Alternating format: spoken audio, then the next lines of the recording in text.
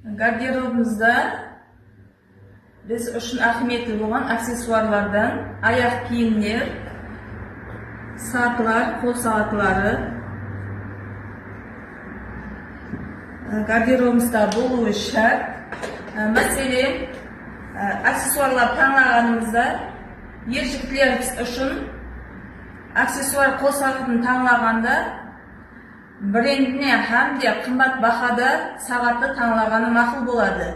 Неге десе, біз аяқ қыздарға қарағанда ержігітлеріміз аксессуарлардан онша көп пайдаланбағандығы үшін қол сағатлардың жақсысынан пайдаланғаны мақұл.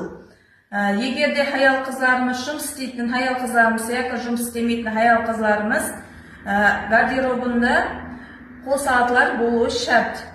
Қол сағатларды таңлағанымызда, мәселен, екі металлық қол сағаттан пайдалансақ, біз әдеу ұтысқа ерсеміз. Мәселен, екі алтын реңдегі яки күміс реңдегі қол сағаттан пайдалансақ, біз әрқандай аксессуарды қасына қосып, сол реңдегі аксессуарды қосып, тағып, өз стилімізді жаратсақ, сұлу һәм де стильный көрінеміз.